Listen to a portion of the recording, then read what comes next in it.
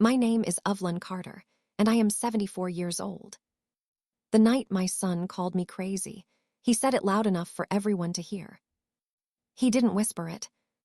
He didn't soften it. He used it like a weapon.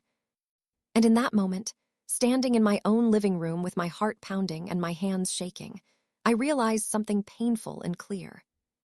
He wasn't trying to help me. He was trying to silence me. Before I go any further, let me speak to you. If you love deep, emotional stories about real pain, real strength, and women who finally stand up for themselves, please like this video, subscribe, and turn on the notification bell so you don't miss stories like mine. And please tell me in the comments what part of the country you're watching from. I want to know who is listening, who understands, and who might need this story tonight. Because what happened after my son called me crazy changed everything. It was already dark outside when the argument started. The kind of dark where the house feels too quiet and every word sounds louder than it should. My son, Muckaz, stood near the doorway with his arms crossed. He was 46 years old, tall, confident, the kind of man people trusted when he spoke. I sat on the couch, clutching the edge of a cushion like it was the only thing keeping me steady. "You're imagining things again," he said. "I'm not," I replied. My voice was calm, but my chest felt tight. "Yes, you are," he said quickly. "You've been forgetting stuff, mixing things up." I shook my head. "No," I said. "I remember exactly what you said. I remember what you did." That's when his face changed. Not angry. Not loud. Cold. "Mom," he said slowly, turning toward the kitchen where his wife stood listening. "You're not well." I felt my stomach drop. "I'm fine," I said.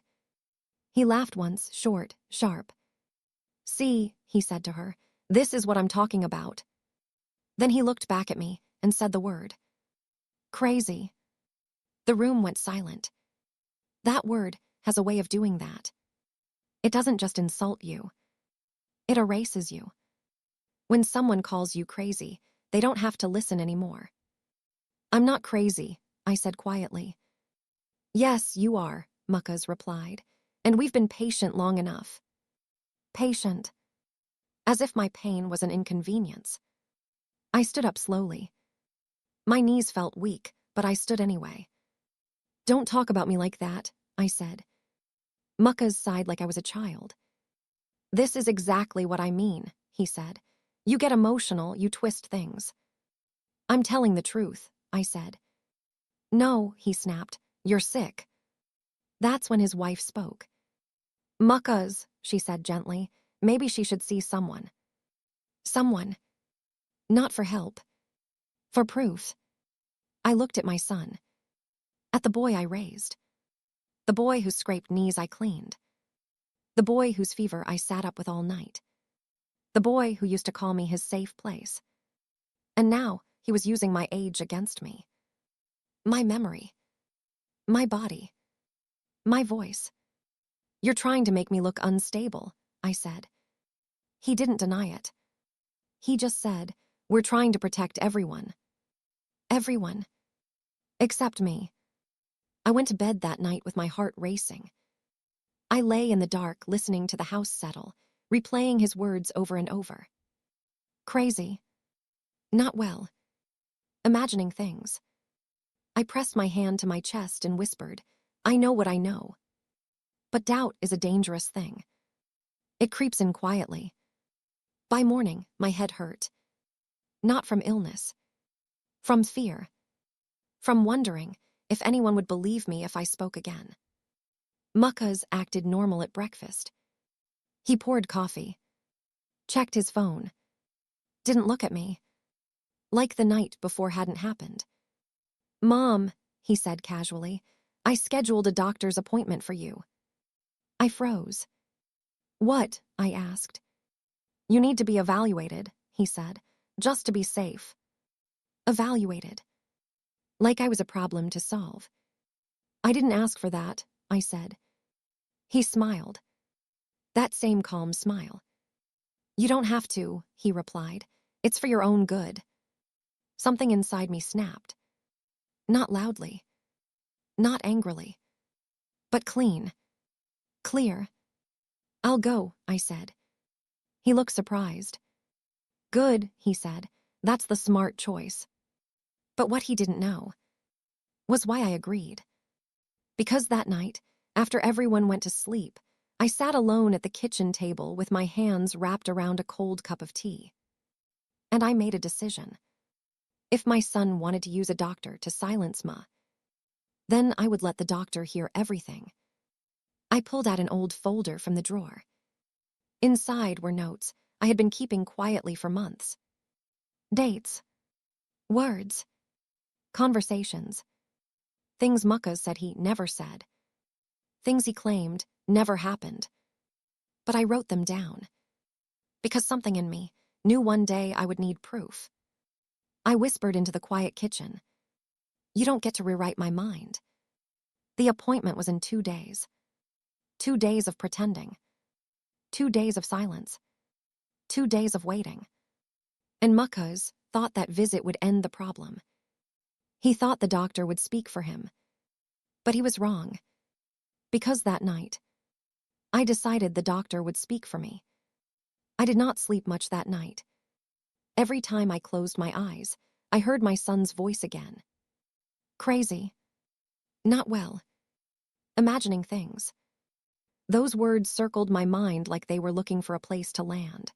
I lay in bed staring at the ceiling, my heart beating fast, my hands resting on my chest just to feel something steady. I kept telling myself one thing over and over. I know what I know. Morning came too soon. Sunlight slipped through the curtains, soft and gentle, like it didn't know what kind of house it was shining on. My body felt tired, but my mind was sharp, sharper than it had been in a long time. I got dressed slowly. Simple clothes. Comfortable shoes. Not because I was going anywhere special, but because I wanted to feel like myself. At breakfast, Muckas acted like nothing was wrong. He read the news on his phone, sipped his coffee, asked if I wanted toast. "Do you remember your appointment is tomorrow?" he asked casually. "Yes," I replied. He nodded, satisfied. "Good," he said. "This will clear things up." Clear things up. That was what he wanted. After he left for work, the house felt empty. Too empty.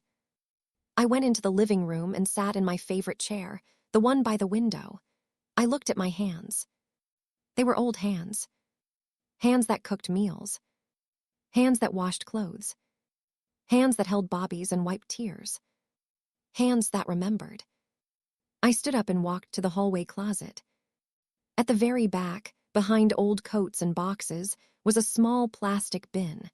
I pulled it out and carried it to the table. Inside were things Muckas thought I had forgotten. Old letters. Bank papers. Receipts. And my notebook. I opened it carefully. The first page was dated almost a year ago. March 3, Muckas said I never gave him money. I did, I remember. He yelled when I asked about it. My chest tightened. I turned the page.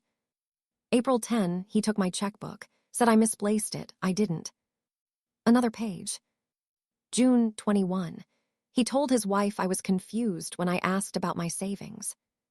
Each line was short. Simple. Clear. I had written them that way on purpose. Because lies get messy. Truth doesn't. As I read, memories came back strong. Not fuzzy. Not broken. Strong. I remembered the way Muckas started handling my finances to help me. The way he spoke for me at family gatherings. The way he corrected me when I talked. "No, Mom, that's not how it happened," he'd say with a smile. People believed him. He sounded calm. Reasonable. Young. And I started to doubt myself. That was the worst part. Not the taking. Not the lying. The doubt.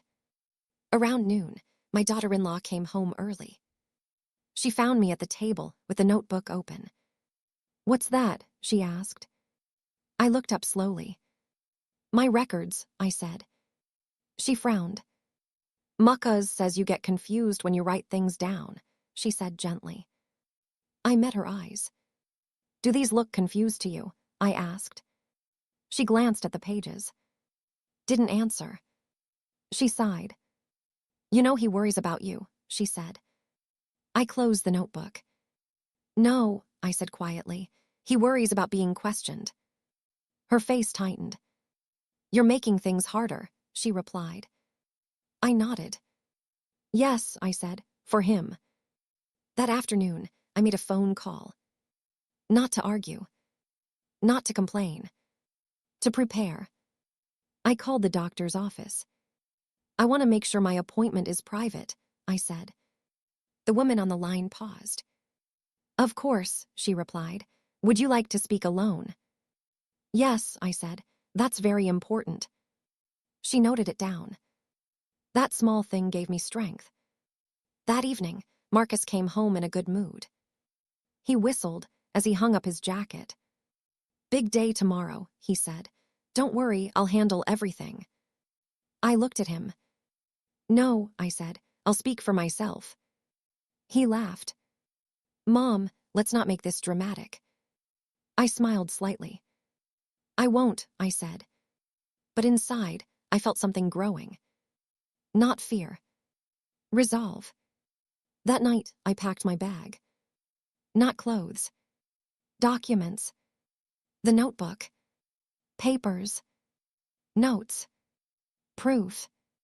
I placed the bag by the door and sat beside it. For a moment, doubt tried to creep in again. What if they believe him? What if they think you're confused? I placed my hand over my heart. I am not crazy, I whispered. I am aware. I went to bed early. Sleep came slowly, but it came. And for the first time in a long time, I dreamed clearly. Not about fear. About being heard. The next day would be the day Marcus thought would silence me. The day he believed a doctor would confirm his story. He had no idea what I was bringing with me. And he had no idea that the truth remembers everything. The waiting room smelled like clean floors and old magazines. That smell made my stomach turn. Hospitals always did that to me, not because I was afraid of doctors, but because I had spent so many years taking care of everyone else inside places like this. Clarence, my children, grandchildren, neighbors. Never myself. Marcus sat beside me, legs crossed, calm as ever. He tapped on his phone like this was just another errand, like this appointment was something small. I sat with my purse in my lap, my fingers wrapped around the strap. Inside that purse was my notebook. Inside that notebook was my truth. You okay, Mom? Marcus asked without looking up. Yes, I said. He nodded, satisfied. That word again. Satisfied. Like he had already decided how this would go. A nurse called my name. Evelyn Carter. I stood up. My knees felt stiff, but they held. Marcus stood too and reached for my arm. I'll come with her, he said. The nurse looked at me. Would you like him to join you? She asked. This was the moment. The small door. The quiet choice. I took a breath. No, I said. I'd like to speak alone. Marcus's head snapped toward me. What? He asked. It's routine, the nurse said calmly. She has that right. Marcus forced a smile. Of course, he said. I'll wait. But his eyes told a different story. The door closed behind me with a soft click. Not loud. Not dramatic. But final. The doctor was a woman around my daughter's age. Kind eyes, calm voice. She shook my hand and sat across from me. What brings you in today, Mrs. Carter? She asked. I opened my mouth. And for a moment, nothing came out. Years of silence don't disappear easily. The doctor waited. Didn't rush me. Didn't fill the space. That patience gave me courage. My son thinks I'm confused, I said slowly. He says I imagine things. She nodded. "And what do you think?" she asked. I looked her straight in the eyes. "I think he's lying," I said. The words felt heavy. "But right." She didn't flinch. "Tell me more," she said. So I did. I told her about the money Marcus handled to help me, the checks that went missing, the conversations he denied, the way he spoke over me in front of others. I pulled out my notebook and placed it on the desk. "These are my notes," I said. "Dates, words, what happened." She picked it up carefully. "Read quietly." Page after page. The room stayed silent, except for the sound of paper turning. "These are very detailed," she said finally. "Yes," I replied, because I wanted to be sure. She looked up at me. "Do you feel confused when you write these things?" she asked. "No," I said. "I feel clear." She nodded again. She asked me questions. Simple ones. Today's date.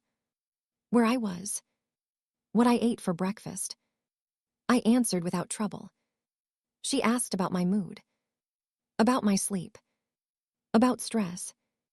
I told her the truth. "I feel anxious," I said, "because I'm not being believed." After a while, she set the notebook down. "Mrs. Carter," she said gently, "I don't see signs of confusion." My chest tightened. "I see someone who is stressed," she continued. "Someone who feels controlled." Controlled. That word landed deep. She leaned forward slightly. "Has anyone suggested you aren't well when you disagree with them?" she asked. "Yes," I said. "Has that made you doubt yourself?" she asked. "Yes," I said again. She nodded slowly. "That's not illness," she said. "That's pressure." Tears filled my eyes. Not because I was sad. Because I was relieved. She wrote something in my file. Then she looked up. "Would you like me to speak with your son?" she asked. I hesitated. "Yes," I said, "but I want to be there." She smiled gently. "That's appropriate," she said. The nurse brought Marcus in. He walked confidently into the room, hands in his pockets, that same calm smile on his face. "Everything okay?" he asked the doctor. "Yes," she replied. "Please sit." He did. I stayed seated too. Straight-backed. Quiet. Watching. "Your mother is not confused," the doctor said plainly. Marcus laughed softly. "Oh, she can seem very clear sometimes," he replied. The doctor didn't smile. "She is consistently clear," she said, "and her notes support that." Marcus shifted in his chair. "She is experiencing stress," the doctor continued, "likely caused by feeling unheard and controlled." Marcus frowned. "That's not fair," he said. "I'm just trying to help." The doctor looked at him calmly. "Help does not remove someone's voice," she said. Silence fell over the room. I watched my son carefully. For the first time, he looked unsure. The doctor turned to me. "Mrs. Carter," she said, "you are capable of making your own decisions." Then she looked back at Marcus. "That includes financial and personal ones." Marcus opened his mouth. Closed it. I felt something inside me shift. The balance. The power. As we left the room, Marcus walked ahead of me. Didn't offer his arm. Didn't smile. In the waiting room, he finally turned. "You didn't have to do that," he said quietly. I met his eyes. "Yes," I replied, "I did." That night, as I lay in bed, I held my notebook to my chest. The doctor had spoken. And she had spoken clearly. Marcus had tried to silence me with that appointment. Instead, he gave me a witness. And once the truth has a witness, it becomes very hard to bury. Marcus did not speak on the drive home. That silence was heavier than shouting. His hands stayed tight on the steering wheel. His jaw was locked. He didn't look at me once.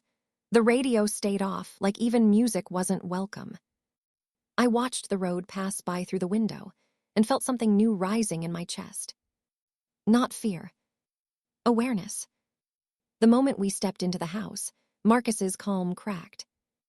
"You embarrassed me," he said, dropping his keys hard on the table. "I told the truth," I replied. He turned toward me sharply. "You made me look like a villain," he snapped. I set my purse down slowly. "You did that yourself," I said. His face flushed. "I was trying to protect you," he shouted. "That doctor doesn't know you like I do." I folded my hands together to stop them from shaking. "She listened," I said. "That's the difference." He paced the room like a trapped animal. "You always do this," he said. "You twist things, you make people think I'm against you." I shook my head. "No," I said quietly. "You speak for me so no one hears me." That made him stop. For a second, the room felt frozen. Then he laughed. A sharp, fake sound. "You're really leaning into this now," he said. "You like the attention." That hurt more than yelling. That night, he didn't apologize. He didn't explain. He changed tactics. The next morning, I overheard him on the phone. "Yes," he said softly. "I'm worried she's been getting worse." Pause. "No, the doctor didn't see it, but you know how she can hide things." I stood in the hallway, my heart pounding. He was rewriting the appointment. Erasing it. Just like everything else. At breakfast, he slid a paper across the table. "I think we should talk about next steps," he said. I looked at the paper. It was a list. Medication review. Power of attorney. Living arrangements. My stomach dropped. "What is this?" I asked. "Planning," he replied calmly, "before things get out of hand." I pushed the paper back. "They're already out of hand," I said, "because you won't stop." His wife watched from the doorway. She didn't speak. She never did. Marcus leaned closer. "You don't understand how this looks," he said. "People are starting to ask questions." I met his eyes. "Good," I said. That word surprised him. That afternoon, my phone rang. My sister. "Marcus called me," she said. "He says you're not well." I closed my eyes. "He's scared," I said. She sighed. "What do you want to do?" she asked. I thought about the doctor's voice. "You are capable of making your own decisions." "I want my own space," I said. There was a pause. "Come stay with me," she replied. When I told Marcus I was leaving for a few days, his mask slipped completely. "You're running," he said. "No," I replied. "I'm breathing." "You can't just leave," he snapped. "People will think." "I don't care what people think," I said. "I care what's true." I packed slowly. Not much. Just essentials. Marcus watched from the doorway. "You're making a mistake," he said. I zipped the bag. "I made one for years," I replied. "I'm done now." As I stepped outside, the air felt different. Lighter. But danger still lingered. Because I knew something. When someone loses control, they don't always stop. Sometimes, they push harder. And Marcus was not finished yet. I stayed at my sister's house that night. The guest room was small, but it felt safe. The bed creaked when I sat down, and the lamp gave off a soft yellow light. I lay there listening to the quiet and realized something important. No one was watching me. No one was correcting my words. No one was deciding what I should remember. For the first time in a long while, my mind felt clear. Marcus did not like that. The next morning, my phone started ringing before I even got out of bed. I didn't answer. Then came the messages. "Mom, this isn't necessary. You're overreacting. We need to talk before you make things worse." I turned the phone face down. My sister watched me from the doorway. "He's panicking," she said. "Yes," I replied, "because he's losing control." By noon, the pressure came from somewhere else. A call from a family friend. "I heard you're not well," the woman said carefully. "Marcus is worried." I felt that familiar sting. He's worried about himself, I said. I'm fine. There was silence on the line. I just wanted to check, she said. I appreciate that, I replied. But please don't speak about me like I'm not here. She apologized. That was new. That afternoon, Marcus showed up at my sister's house. He didn't knock. He rang the bell again and again. My heart started racing. My sister stood in front of me. Stay back, she said firmly. She opened the door just enough to speak. You're not welcome right now, she told him. This is between me and my mother, Marcus snapped. No, she said. It stopped being that when you tried to erase her. I stepped forward. Marcus, I said calmly. He turned toward me. There you are, he said. You're making everyone uncomfortable. I'm finally comfortable, I replied. His eyes narrowed. You don't know what you're doing, he said. You're letting people put ideas in your head. I shook my head. I'm thinking clearly, I said. That's what scares you. He laughed. A thin, angry laugh. You think you can handle things alone? He asked. Your money, your health. Yes, I replied. You need help, he said sharply. Not the kind you offer, I said. That's when he said it. I can have things arranged, he warned, for your own good. The words sent a chill through me. Arranged. Like I was a problem to manage. I looked at my sister. She didn't hesitate. You need to leave, she said. Now. Marcus stared at us both. This isn't over, he said quietly. I met his gaze. I know, I replied. After he left, my knees started shaking. I sat down hard on the couch. My sister handed me a glass of water. He crossed a line, she said. Yes, I replied, and he knows it. That evening, I called the doctor's office again. Not to complain. To document. I explained what was happening. They listened. They wrote it down. That made me feel stronger. Later, I opened my notebook again. I added new lines. Threats. Pressure. Denial. Each word felt like a shield. As night fell, fear crept back in quietly. Not panic. Just the awareness that this was serious now. That my son wasn't just upset. He was desperate. I sat by the window and whispered to myself. You are not crazy. You are not confused. You are being pushed. Saying it out loud helped. Tomorrow, I would take another step. Not because I wanted to fight, but because I needed to protect myself. Marcus thought calling me crazy would silence me. Instead, it had taught me how strong my voice really was. That night, I did not sleep. I lay awake in my sister's guest room, staring at the ceiling while shadows moved slowly across the walls. The house was quiet, but my mind was loud. Every sound made my heart jump. A car passing, a dog barking far away, the soft hum of the refrigerator. I kept thinking about Marcus's words. I can have things arranged. He had said it calmly, like a plan, like something he had already thought about. I knew that tone. It was the same tone he used when he took over my finances. The same tone he used when he spoke for me at family events. The same tone he used when he called me crazy. Controlled, certain, dangerous. I pressed my hand against my chest and breathed slowly. In, I whispered. Out. I had to think clearly. I could not panic. Panic was what Marcus expected from me. Panic made people doubt you. Panic made you look unstable. I would not give him that. I got out of bed and walked quietly into the living room. My sister was asleep. I didn't want to wake her. I sat at the table and opened my purse. The notebook was there.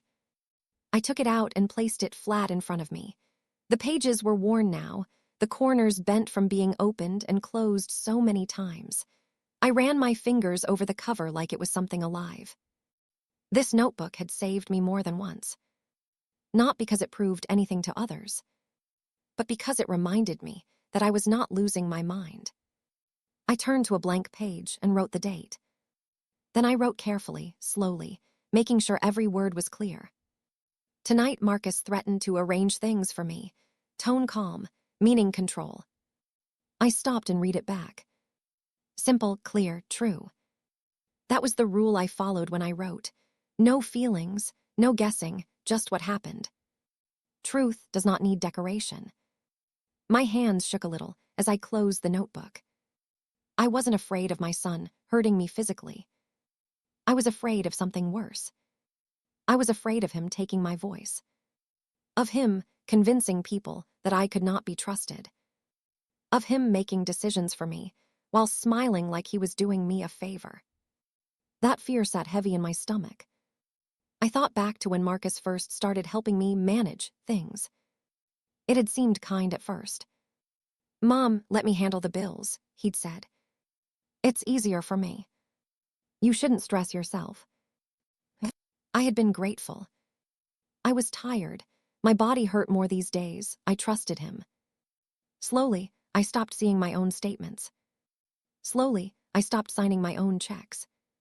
Slowly, he stopped asking and started telling. And when I questioned something, he'd laugh. "Mom, we already talked about this. You forgot again. You're worrying for nothing."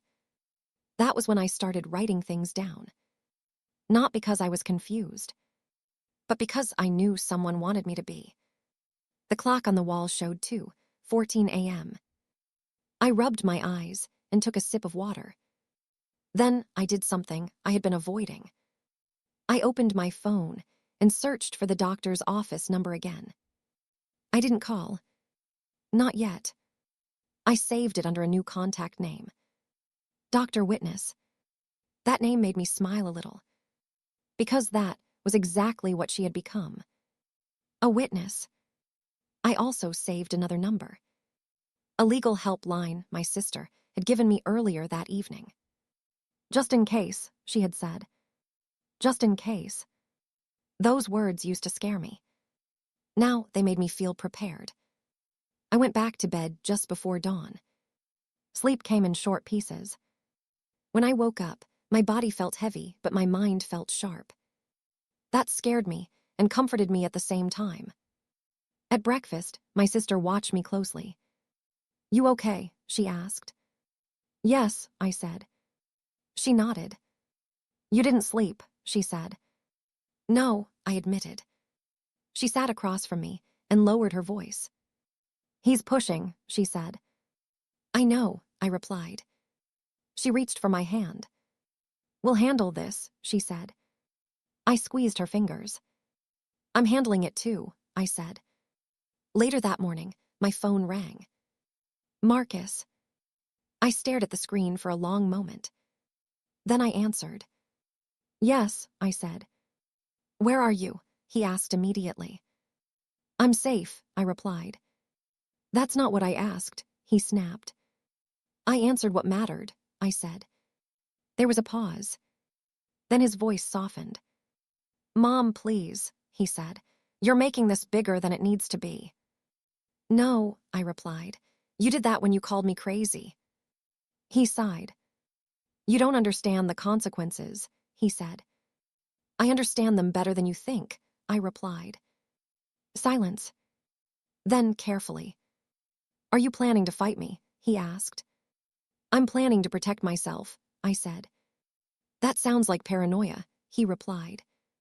I felt a small smile form. "That's funny," I said.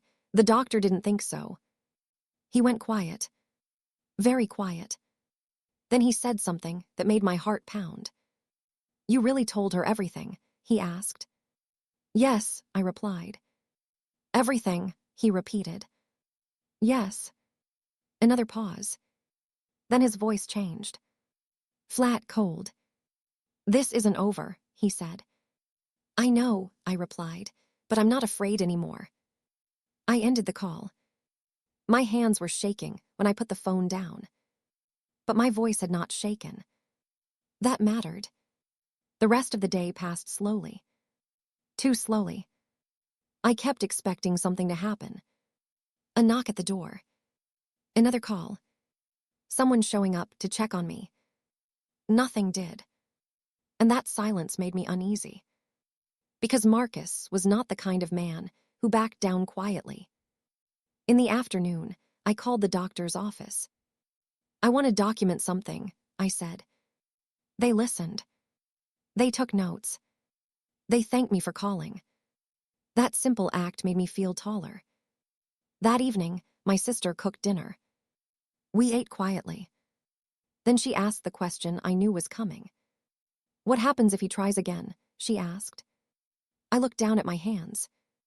"Then I let the doctor speak again," I said. She raised an eyebrow.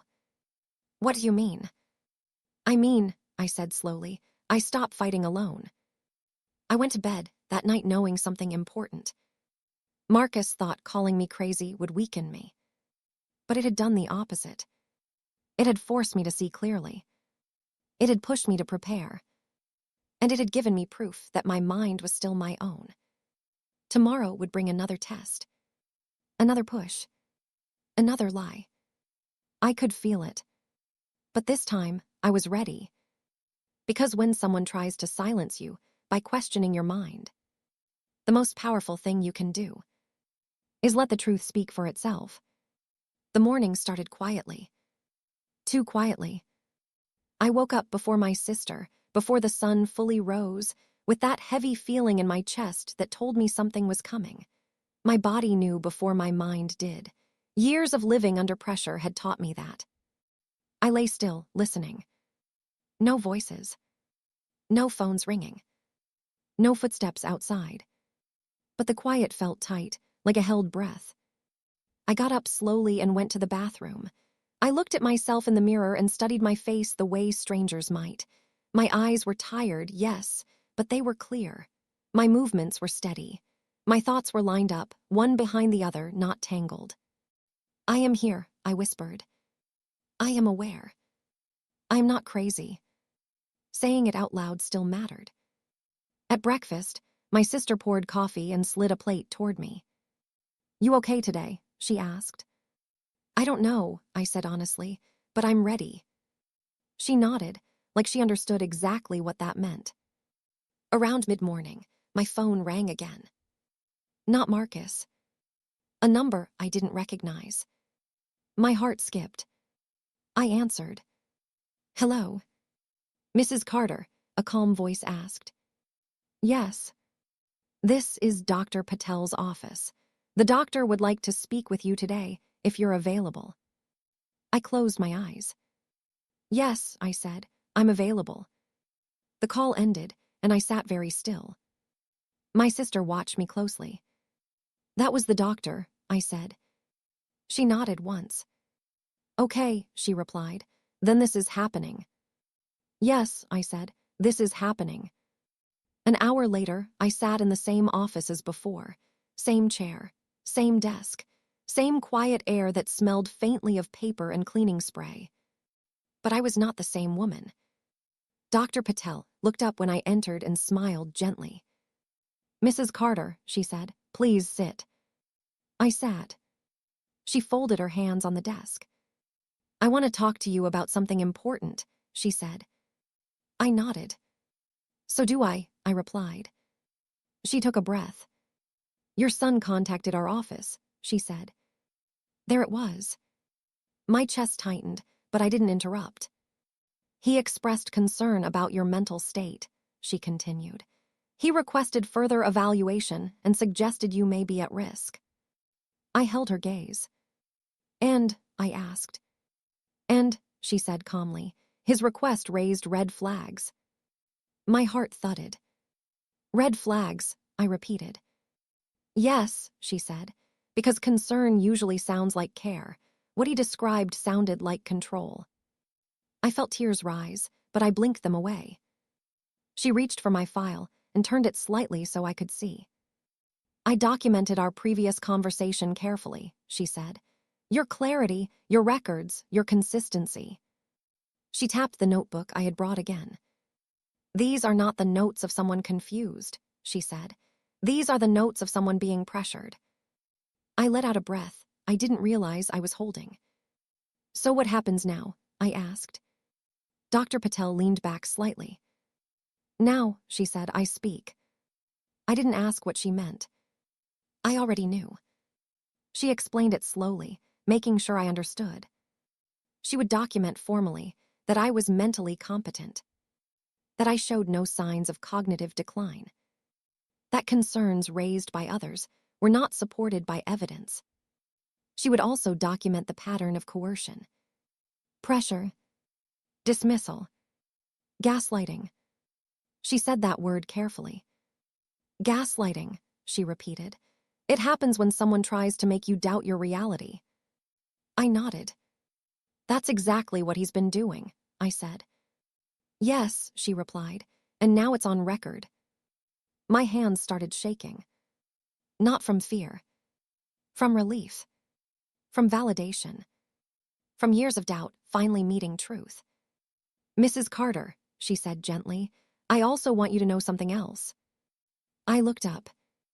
If anyone attempts to override your decisions or remove your autonomy without medical cause, she said, that would be inappropriate. Inappropriate.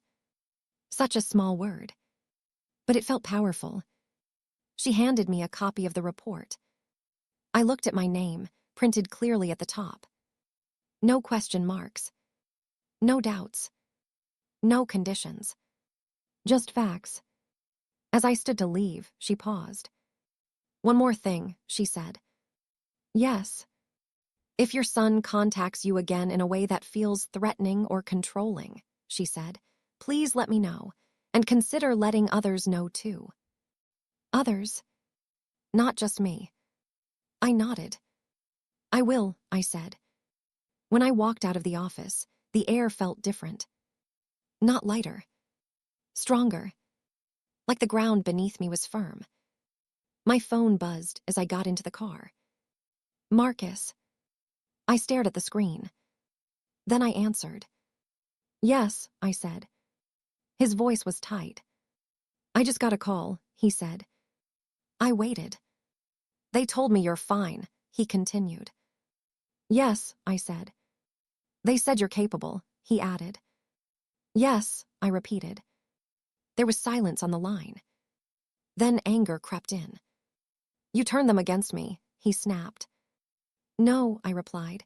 You did that yourself. He raised his voice. You made me look like some kind of monster. I stayed calm.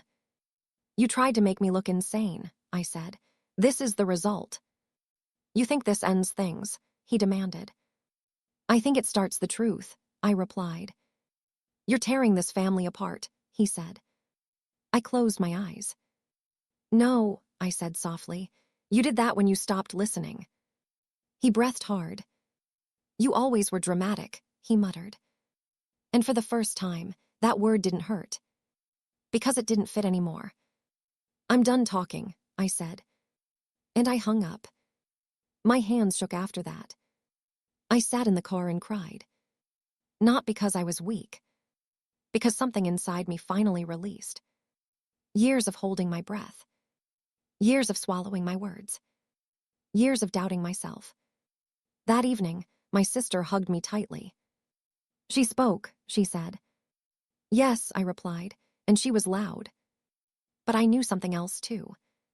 Marcus was not finished. Men who lose control rarely stop immediately. They push once more. Harder. Desperately. That night, I couldn't shake the feeling that something was coming. Not violence. Exposure. A last attempt to twist the story. To make himself the victim. To make me the problem. I went to bed with the doctor's report on the nightstand beside me. Like a shield. Like proof. Like a voice that would not be quieted. As I drifted toward sleep, one thought stayed with me. Marcus had tried to silence me by calling me crazy. That night, I let the doctor speak. And now, he was about to learn what happens when the truth speaks back. The first thing I noticed the next morning was the way my phone stayed quiet. No calls. No messages. No warnings. That silence told me more than shouting ever could. Marcus was planning something. I had lived with him long enough to know the pattern. When he lost an argument, he did not rush back in anger. He pulled away. He watched. He waited. Then he struck from a different angle. I sat at the kitchen table with a cup of tea, my hands wrapped around it for warmth, even though the morning was not cold.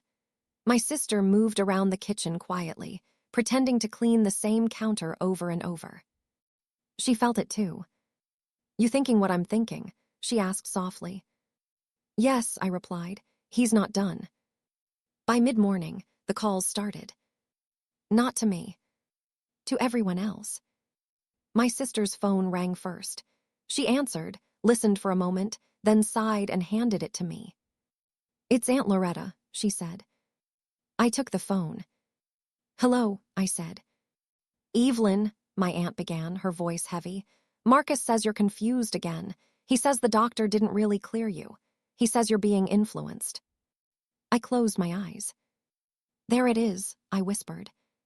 "What?" she asked. "The last lie," I said. "Listen to me carefully." And I told her the truth. Slowly. Clearly. Without anger. I told her about the notebook. The appointment. The doctor's report. There was a long pause on the line. "Finally," she said, "he didn't mention any of that." "No," I replied, "he wouldn't." When I hung up, my chest felt tight but steady. That was the key. Steady. Marcus's lies were emotional. My truth was consistent. By noon, 3 more relatives had called. Each conversation followed the same pattern. They came worried. They came unsure. They came repeating Marcus's words. And each time, I responded the same way. "I am not confused." I spoke privately with my doctor. "There is a report." Some believed me right away. Some hesitated. But doubt had finally shifted away from me. Around 2 in the afternoon, my sister's phone rang again. This time, she didn't answer. She looked at the screen and frowned. "It's him," she said. I nodded. "Put it on speaker," I replied. She hesitated, then did. Marcus's voice filled the room. "You need to stop this," he said. My sister crossed her arms. "You need to stop harassing her," she replied. "This is between me and my mother," Marcus snapped. I leaned forward. "No," I said calmly. "It stopped being that when you tried to take my voice." Silence. Then he laughed. "You sound rehearsed," he said. "Who's coaching you?" I smiled slightly. "Myself," I said. His voice hardened. "You think one doctor fixes everything?" he demanded. "No," I replied, "but one doctor tells the truth." He scoffed. "You're turning people against me." "No," I said again. "I'm letting them hear me." He changed tactics. "You know what people are saying?" he asked. "I know what you're saying," I replied. "That's enough." "You're humiliating me," he snapped. I tilted my head slightly. "You tried to erase me," I said. "This is the cost." There was a long pause. Then he said something that made my sister gasp. "If you don't stop, I'll tell everyone you're unstable." I didn't raise my voice. "I already told them," I said, "and I showed them proof." Silence. Real silence. Not performance. Not strategy. Fear. He hung up. The line went dead. My sister looked at me with wide eyes. "You were incredible," she said. I shook my head. "I was honest," I replied. "That's different." But Marcus was not finished. An hour later, the knock came at the door. My heart jumped. My sister froze. "Don't open it," she whispered. "I know," I said. We stood still, listening. The knock came again. Louder. "Mom," Marcus called. "Open the door." I walked closer but stayed inside.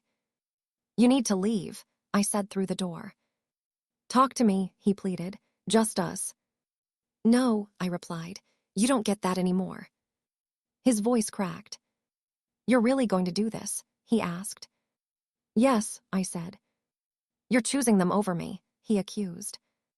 I closed my eyes. No, I said quietly. I'm choosing myself. He slammed his hand against the door. My sister grabbed her phone. I'm calling this in, she said firmly. Marcus froze. Then his tone changed. Mom, don't do this, he said quickly. I just want to help. I placed my hand flat against the door. You don't help by calling someone crazy, I said. You don't help by taking control. You don't help by lying.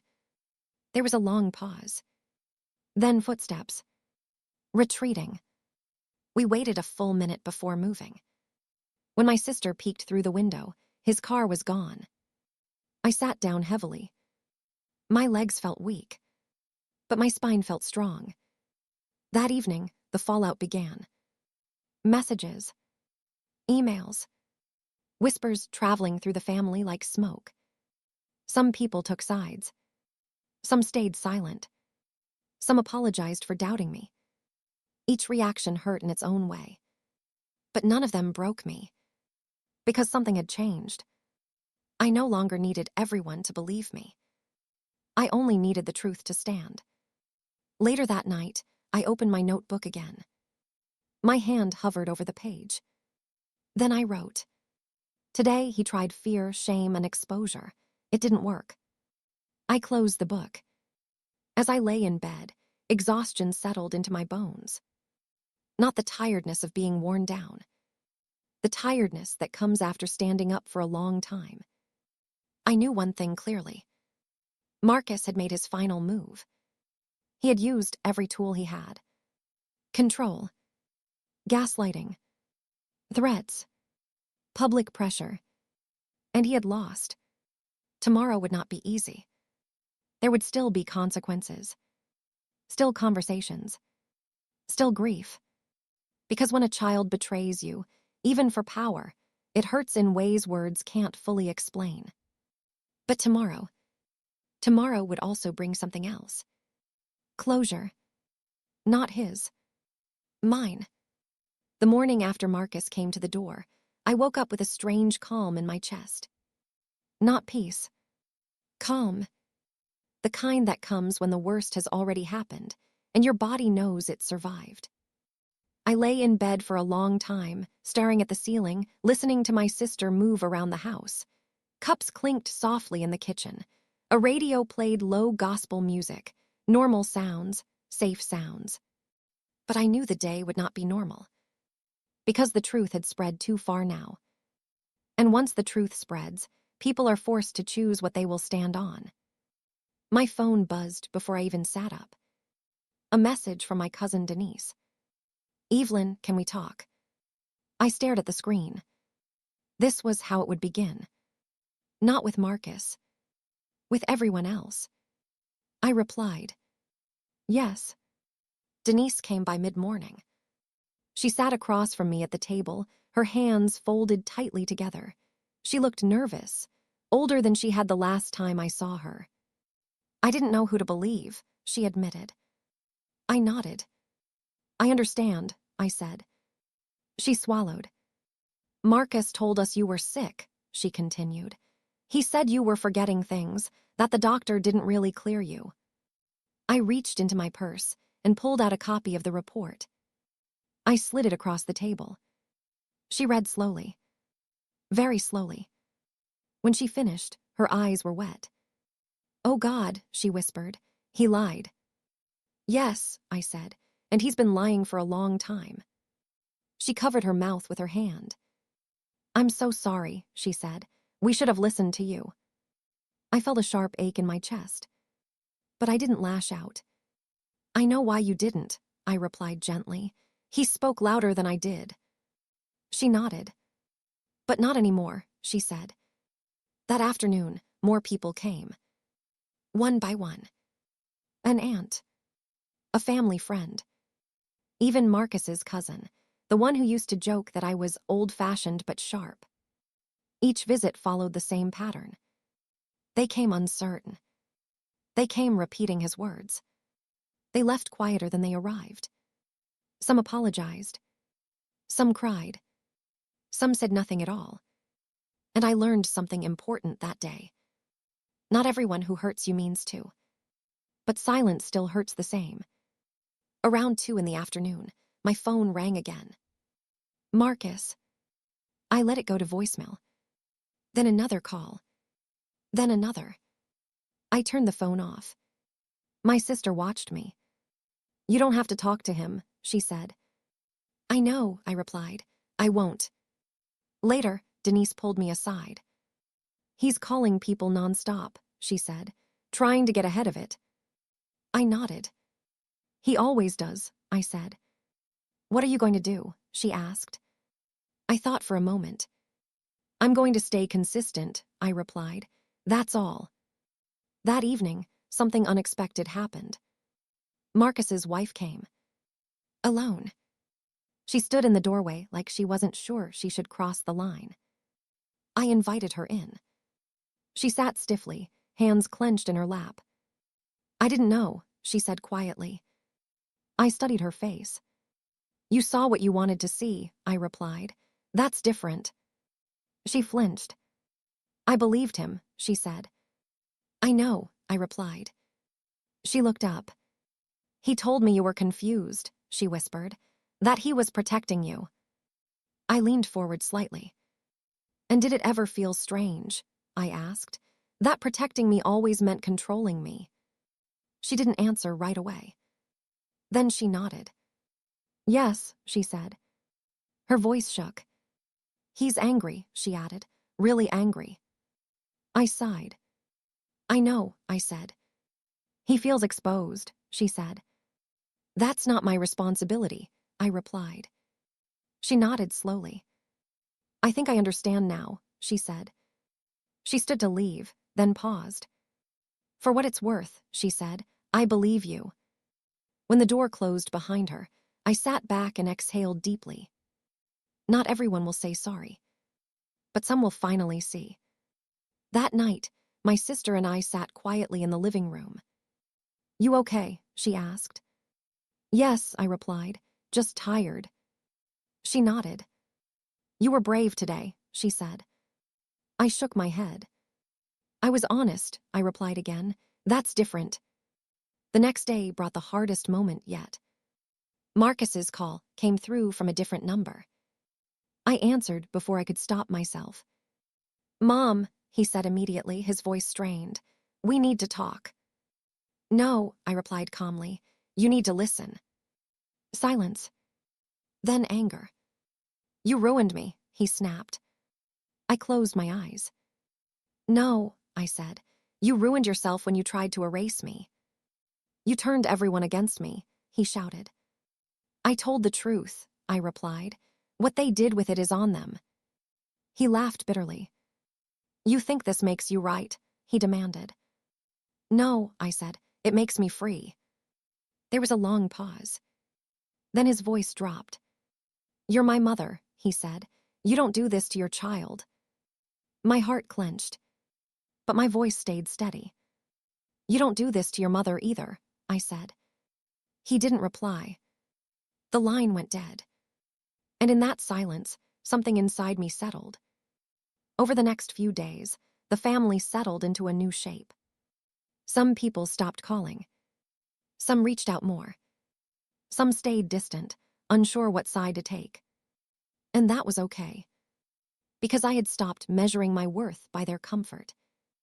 I spent time alone, walking, writing, sitting in quiet rooms without fear of being corrected. I slept better. I laughed more easily. I noticed small things again. The sound of birds in the morning. The feel of sunlight on my hands. The peace of not being watched. One afternoon, I opened my notebook for the last time. I flipped through the pages slowly.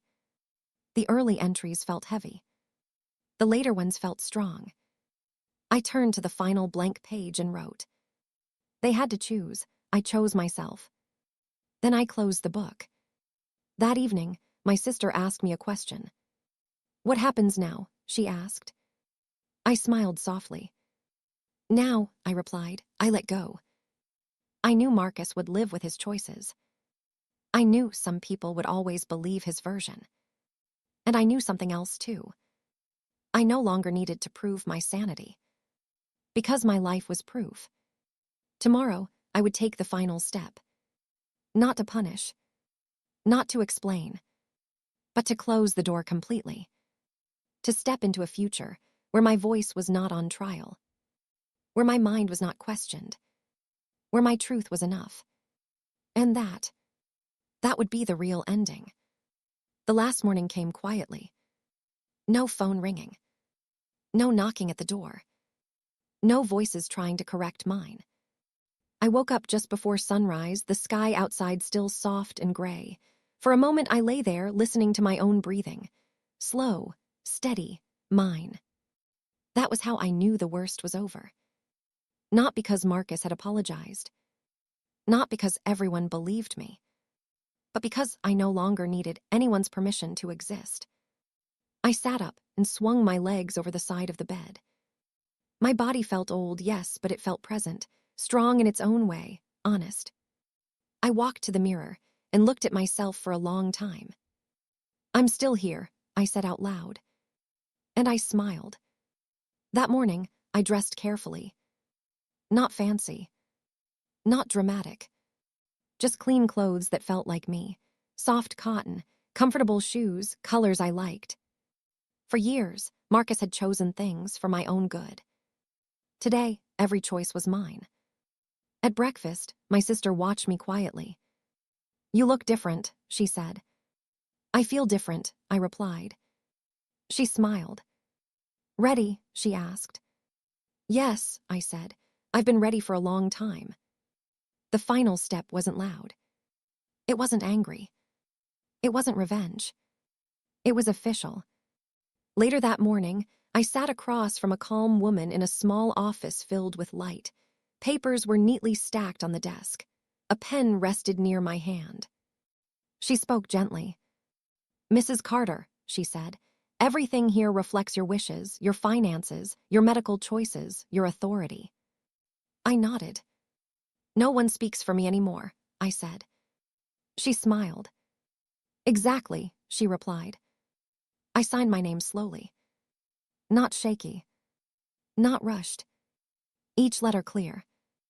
That signature closed a door Marcus had tried to walk through for years. And it opened another one. When I left the office, the air felt brighter. Not lighter. Stronger. Like I could stand in it without bending. That afternoon, I did something small but meaningful. I went for a walk alone. No one watching. No one guiding me. No one correcting my pace. The sidewalk felt solid under my feet. The sun warmed my shoulders. People passed me without staring, without judging, without deciding who I was. I was just a woman walking. And that felt like freedom. Marcus called that evening. I let it ring. Then I listened to the voicemail later. Mom, his voice said, tired and thin. I don't know how things got this far. I was just trying to help. I deleted it. Not out of anger. Out of clarity. That night, I sat with my notebook one last time. I opened it slowly, turning page after page. The early entries were heavy. The middle ones were angry. The last ones were calm. I reached the final page. The last thing I wrote was simple. I am not crazy, I was silenced, and now I am free. I closed the notebook and placed it in a drawer. Not hidden. Finished. Over the next few days, the world adjusted. Some people reached out. Some didn't. Marcus stayed quiet. That was okay. Silence no longer scared me.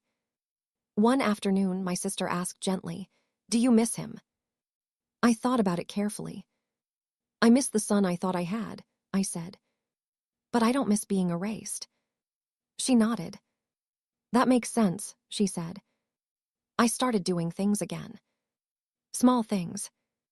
Reading in the afternoon. Cooking when I felt like it. Resting when I didn't. I spoke freely. I laughed louder.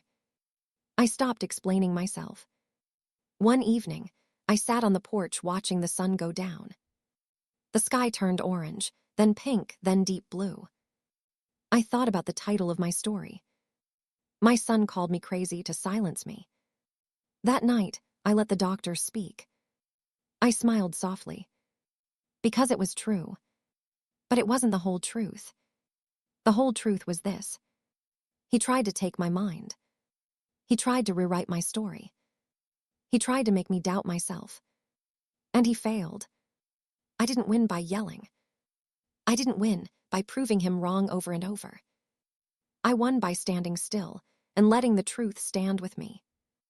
That night, before bed, I whispered one last thing to myself. You survived. And for the first time in a long time, I slept without fear. Read if this story moved you. Like this video. Subscribe for more powerful grandma stories. Bell turn on notifications. Speech balloon comment where you're watching from. Your voice matters too. Because sometimes, the bravest thing a woman can do is refuse to be silenced.